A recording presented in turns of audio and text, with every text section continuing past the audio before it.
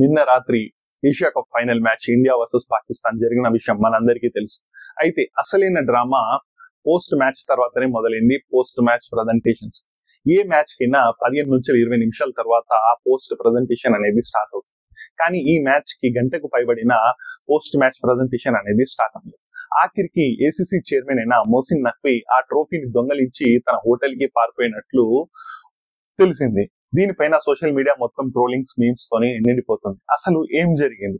Already నేను నిన్నటి match పైన మన ఛానల్లో వీడియో కూడా తీయడం జరిగింది. మనం ఎంతో సెలబ్రేషన్స్ తో నిన్నటి మ్యాచ్ ని మనం సెలబ్రేట్ చేసుకున్నాం. అసలు అది మ్యాచ్ కాదు, ఎక్స్ట్రాడినరీ మ్యాచ్. అది నువ్వా నేనా అన్నట్లు సాగింది నిన్నటి మ్యాచ్. అయితే కంప్లీట్ పైసా వసూలు. నిన్నటి మ్యాచ్ లో ఇండియా కేవలం 146 టార్గెట్ ని ఛేదించే క్రమంలో టాప్ ఆర్డర్ బ్యాట్స్మెన్ కేవలం 21 రన్లకే 3 వికెట్లు కోల్పోయి పీకల్లో కష్టాల్లో ఉంది. అప్పుడు మిడిల్ ఆర్డర్ బ్యాట్స్మెన్స్ ప్రెషర్ ని హ్యాండిల్ చేసే విధానం చాలా అంటే చాలా బాగుంది. ముఖ్యంగా మన తెలుగు బ్యాట్స్మెన్ అయిన వర్త్ అన్నట్లు తిలక్ వర్మ ఛాన్స్ దొరికినప్పుడల్లా 4, 6 కొడుతూ మ్యాచ్ ని ఒంటి చేత్తో గెలిపించాడు. తిలక్ వర్మనే కాకుండా కంప్లీట్ టీమ్ ఎఫెక్ట్ శుభం దుబే, సంజు శాంసన్, కుల్దీప్ శర్మ, దాని తర్వాత వరుణ్ చక్రవర్తి, ఇలా complete team players complete effort వల్లనే నిన్నటి మ్యాచ్ మనము గెలవగలిగాం. అయితే మ్యాచ్ గెలిచిన తర్వాత పోస్ట్ మ్యాచ్ ప్రజెంటేషన్ అనేది ఉంటుంది. Indian team members, Indian staff, Indian coach అంతా, Indian team members, family members అందరూ ఒక్కసారిగా స్టేడియం లోకి వచ్చి సెలబ్రేషన్స్ మొదలు చేయడం అనేది మొదలు పెట్టారు. అయితే పోస్ట్ మ్యాచ్ ప్రజెంటేషన్ అనేది అప్పటికి స్టార్ట్ అవ్వలేదు. అప్పటికే పాకిస్తానీ ప్లేయర్స్ డ్రెస్సింగ్ రూమ్ కి వెళ్ళిపోవడం జరిగింది. ఆ తర్వాత గంట సేపు వరకు కూడా ఈ ప్రజెంటేషన్ అనేది జరిగింది. దీనికి ముఖ్య కారణం ఏంటంటే మోసిన్ నఖ్వీ. ఈ మోసిన్ నఖ్వీ ఎవరంటే ఏసీసీ చైర్మన్, అంటే Asian cricket council. Asian cricket council కి ఇతను హెడ్.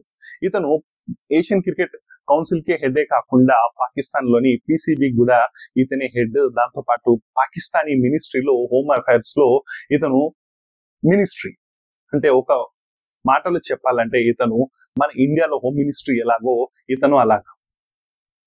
అయితే ఇతను పహల్గామ్ ఉగ్ర దాడి తర్వాత ఇండియాలో మనము ఆపరేషన్ సింధూర్ అని చెప్పి పాకిస్తాన్ పైన అటాక్ చేయడం జరిగింది. టెర్రరిస్టులను ఏరివేత, ఆ తర్వాత టెర్రరిస్టులను పట్టుకొని మరి వారి యొక్క బేసెస్ ని, దాని తర్వాత పాకిస్తాన్ లోని ఎయిర్ స్పేసెస్ ని కూడా మనము కాల్ చేయడం జరిగింది.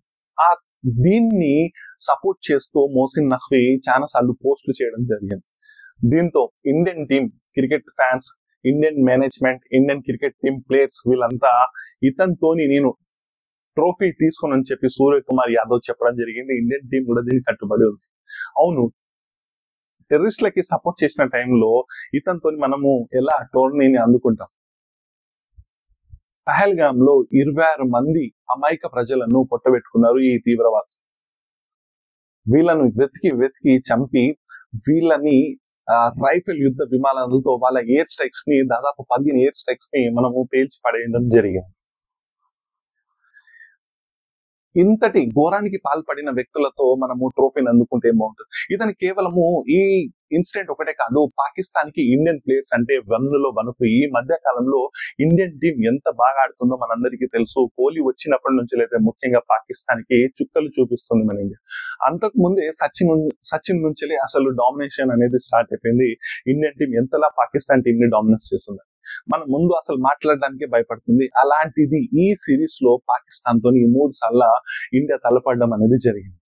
అయితే పాకిస్తాన్ టీము ఎప్పుడు తగ్గే ఉంటుంది, కానీ ఈసారి ఏం జరిగిందంటే ఈ మోసిన్ నఖ్వీ మాటలు విని ఆ పాకిస్తాన్ ప్లేయర్స్ చాలా దూకుడుగా ఆడడం మనం చూసాం. అంటే దూకుడుగా ఆడడం అంటే క్రికెట్ ఆడడం కాదు, దూకుడుగా స్టేడియంలో ప్రవర్తించడం. మన రైఫిల్ ఎయిర్ స్ట్రైక్, మన యుద్ధ విమానాలను కూల్చేసినట్లు హరీష్ రావు సైగ చేయడము, దాంతో పాటు షేబ్ జాదా ఫర్హాన్ హాఫ్ సెంచరీ కొట్టిన తర్వాత గన్ ఫైరింగ్ సైగలు చేయడము, ఇలా చేస్తూ మనల్ని రెచ్చగొట్టే ప్రయత్నం చేశారు. ఇదందరికీ ధైర్యం ఎవరిచ్చారంటే ఈ మోసిన్ నఖ్వీ. ఈ మోసిన్ నఖ్వీ దీంతో పాటు పాకిస్తాన్ ప్లేయర్స్ ని రెచ్చగొట్టని చెప్పి ఫ్రీ హ్యాండ్స్ ఇవ్వడం అనేది జరిగింది. మీరు రెచ్చగొట్టండి, మీ పైన ఏదైనా ఫైన్స్ పడితే నేను చూసుకుంటా అని చెప్పడం జరిగింది. ఫస్ట్ మ్యాచ్ అప్పుడు $30 కూడా ఈ హరీష్ రావు పైన పడితే తనే కట్టుకున్నాడు. దీని తర్వాత కూడా పోస్ట్ మ్యాచ్ ప్రెజెంటేషన్ లో ఇండియన్ ప్లేయర్స్ ముందుకు రాక దీని ట్రోఫీని తీసుకోలేదు. అయితే ఈ ట్రోఫీని ఎవడైనా సిగ్గున్నాడు ఏం చేస్తాడు తెలుసా? నా చేతులతో తీసుకోను అని అన్నప్పుడు సిగ్గుతోని అక్కడి నుంచి వెళ్ళిపోతాడు. కానీ వీడు అలా చేయలే. ఈ మోసిన్ నక్వీ వీడు ఏం చేసినాడంటే నేనే ట్రోఫీ ఇస్తా అని చెప్పి పట్టుబట్టి నిలబడ్డాడు. గెలిచిన టీం కి కాస్త రెస్పెక్ట్ కూడా ఇవ్వలేదు. దీంతో ఇండియన్ టీం ఆ ట్రోఫీని అందుకోలేదు. ఆ తర్వాత ఈ ప్రెజెంటేషన్స్ లో ఏం జరిగింది? Man of the match, man of the series ఇవ్వడము, దాంతో పాటుగా రన్నర్ అప్ టీమ్ కి చెక్ ఇవ్వడం జరిగింది. ఈ చెక్ సల్మాన్ ఆగా అనే పాకిస్తాన్ కెప్టెన్ కి ఇవ్వడం జరిగింది. ఏదో ఆ చెక్ తీసుకొని పక్కన తీసుకెళ్లి చాలా అంత ఇదిగా పడేశాడు. ఎలా అంటే పెద్ద రుబాబ్తోని అసలు మాకు అద్దెవడు అన్నట్టు పడేశాడు. నిజంగా చెప్తున్నా, నాకు మస్తు నవ్వు వచ్చింది ఆ చెక్ పడేసినప్పుడు. ఎందుకంటే అందరూ అయిన తర్వాత మళ్ళీ వచ్చి ఆ చెక్ ఎక్కడుందని చెప్పి ఎత్తుకుంటాడు. అసలుకే తెలుసు పాకిస్తాన్ అంటే ఎలా ఉందో పరిస్థితి. తిండికి దికానా లేదు, ఎందుకురా మీకు షోలు, ఈ కథలు పడుతున్నారు. దీంతో పాటుగా ఈ సల్మాన్ ఆగా కూడా ఎవరంటే Pakistan army marshal, army chief అయిన ఆసిమ్ మునీర్ యొక్క చుట్టం. అంటే వీడు కూడా ఒక నెపోకిడ్. అసలు పర్ఫార్మెన్సే లేదు, అయినప్పటికీ పాకిస్తాన్ టీంలో కెప్టెన్స్ అయిపోతూ ఉంటారు. దీనికి కారణం ఏంటి? నెపోకిడ్స్. అందువల్లనే పాకిస్తాన్ ఇవాళ చాలా దరిద్రమైన సిచ్యువేషన్ లో ఉంది. అయితే ఒకనొక దశలో పాకిస్తాన్ చాలా స్ట్రాంగ్ పొజిషన్ లో ఉండే ఈ మ్యాచ్ లో కూడా దాదాపు 113 రన్లకు కేవలం 1 వికెటే ఉండే 33 రన్ల తేడాలో మనము 9 వికెట్లు తీయడం జరిగింది. ఇందులో కుల్దీప్ యాదవ్, అక్షర్ పటేల్, దాంతో పాటు కుల్దీప్ యాదవ్ చాలా చక్కటి పర్ఫార్మెన్స్ చేయడం జరిగింది. ఎంతైనా మనం మెచ్చుకోలేక తీరాల్సిందే. అయితే దీనికి ముఖ్య కారణం ఈ మోసిన్ నఖ్వీ.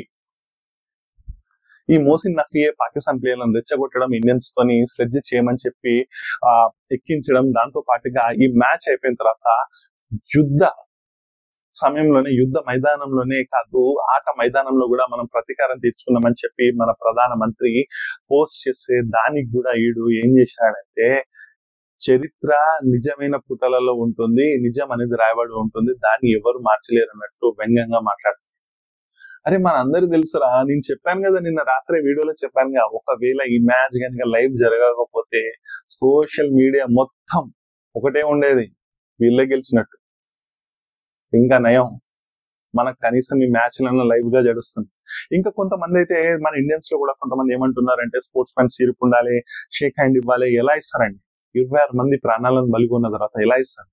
మరి మీరు షేక్ హ్యాండ్ ఇవ్వడం లేదు, మ్యాచ్ ఆడుతున్నారు, దానివల్ల పాకిస్తాన్ కి లాభం జరుగుతుంది. దాదాపు 500 కోట్లు పాకిస్తాన్ కి దీని వల్ల లాభం జరిగింది. సరే, దీని వల్ల లాభం జరిగిందేమో, పాకిస్తాన్ కి 500 కోట్లు వెళ్ళిందేమో, కానీ మనం డైరెక్ట్ గా ఏదైతే ఆపరేషన్ సింధూర్ అప్పుడు మనము యుద్ధం చూడలేదు. మనకు తెలుసు యుద్ధమైంది, దానికి ఆధారాలు కూడా ఉన్నాయి, కానీ మనం డైరెక్ట్ గా చూడలేదు, దాన్ని డైరెక్ట్ గా విట్నెస్ చేయలేదు. ఈ ఆట కూడా యుద్ధం లాంటిది. పాకిస్తాన్ ని ఓడించినప్పుడు ఎంత మజా వచ్చిందో మనకి తెలుసు. ఆ మజాయే వేరసం. పాకిస్తాన్ ని 3 సార్లు ఓడించడం ఆ మజానే వేరసం. ఆపరేషన్ సింధూర్ అప్పుడు ఎలా ప్రతీకారం తీర్చుకుందో మన ఇండియన్ ఆర్మీ ఈ ఆట మైదానంలో ఇండియన్ క్రికెట్ టీం కూడా అలానే తీసుకుంది. అయితే తిను ఆ టోర్నమెంట్ ని, అది ఏదైతే ట్రోఫీ ఉందో ఆ ట్రోఫీని తీసుకెళ్లి హోటల్ కి పారిపోవడం జరిగింది. ఎవరైతే విన్నింగ్ టీం ఉంటుందో వాళ్ళకి మెడల్స్ ఇస్తారుగా, ఆ మెడల్స్ తీసుకొని కూడా వెళ్ళడం జరిగింది. కాదురా, మెడల్స్ అని ఏం చేసుకుంటారా? కరిగిచ్చి మీ ఇంట్లో వాళ్ళకు నెక్లెస్లు చేపించుకుంటావా? సిగ్గుండాలి కొంచెం. ఆయన ఏమి చిల్లర బుద్ధి పోనిచ్చుకోర్రా. దీనిపైన కూడా ఇండియన్ BCCI సెక్రటరీ ICCI లో కంప్లైంట్ చేస్తామని చెప్పడం జరిగింది. దేవజిత్ గారు దీనిపైన కంప్లైంట్ చేస్తామని చెప్పింది.